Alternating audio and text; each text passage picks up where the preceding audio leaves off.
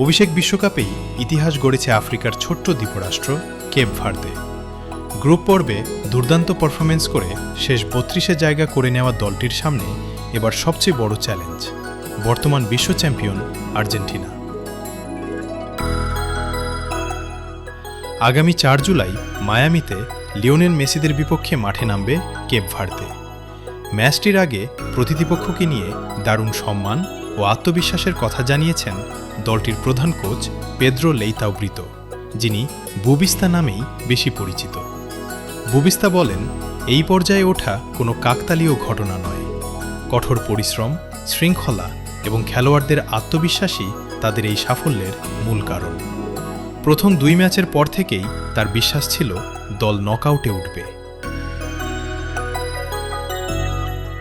আর্জেন্টিনার বিপক্ষে খেলাকে বড় সম্মান হিসেবে দেখছেন এই কোচ। তার ভাষায়, কেপ ভার্দের অনেক মানুষের সঙ্গে আর্জেন্টিনার আবেগের সম্পর্ক রয়েছে, আর সেই দলের জার্সিতে খেলেন লিওনেল মেসি, যাকে বিশ্বের অসংখ্য মানুষ সর্বকালের সেরা ফুটবলার হিসেবে মনে করেন।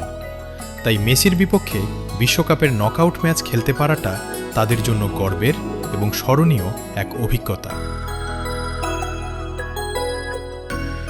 তবে সম্মান দেখালেও লড়াই থেকে একটুও সরে আসতে চান না বুবিস্তা।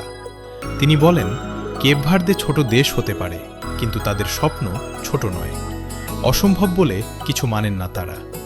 নিজেদের সামর্থ্যের সর্বোচ্চটা দিয়েই বিশ্ব চ্যাম্পিয়নদের বিপক্ষে মাঠে নামবে তার দল।